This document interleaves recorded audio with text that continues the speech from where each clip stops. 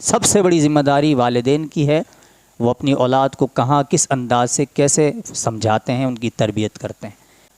اس دور کے اندر جب کہ اب ہر چیز آپ کی ایک ڈیوائس کے اندر آ چکی ہے اور ہر معاملہ آپ کے سامنے کہ کس قدر ہم تیزی سے گناہوں کی طرف اور معاملات حالات کس طرف جا رہے ہیں، آزادانہ طور پر کس انداز سے جا رہے ہیں، اس ایسے حالات میں والدین کی کتنی ذمہ داری بڑھ جاتی ہے، اندازہ ہے مجھے اور آپ کو اس کا؟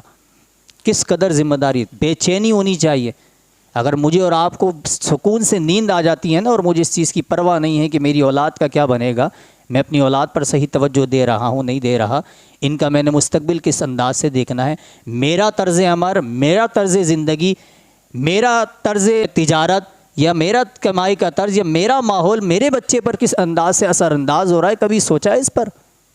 نہیں۔ الحمدللہ ہم بچوں کو نیک بنانا چاہتے ہیں، بچوں کو اچھائی کی طرف ڈالنا چاہتے ہیں، اور اس کے مظاہر موجود ہیں۔ ہم مدرسے میں ڈال دیتے ہیں، بچوں کو حفظ کرواتے ہیں، اور مختلف معاملات میں ہم دیکھتے ہیں کہ بچوں کو ہم چاہتے ہیں کہ وہاں جائیں۔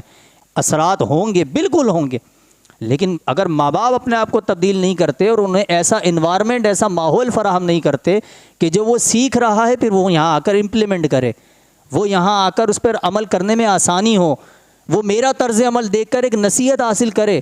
استاد کا مقام و مرتبہ بہت بلند ہوتا ہے، کیا ہی اچھا ہو کہ ایک باپ ہی استاد بن جائے۔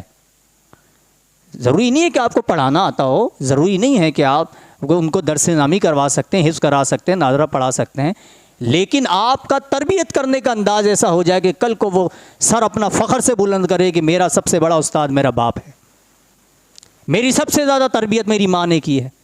اسی کا نتیجہ الحمدللہ ہمارے استاد کے اقوال بھی، بزرگوں کے اقوال بھی ہم پر زیادہ اثر کرتے تھے۔ تو یہ کوئی ماں باپ ہونا ایک بہت بڑی ذمہ داری ہے اور شرف کی بات بھی ہے۔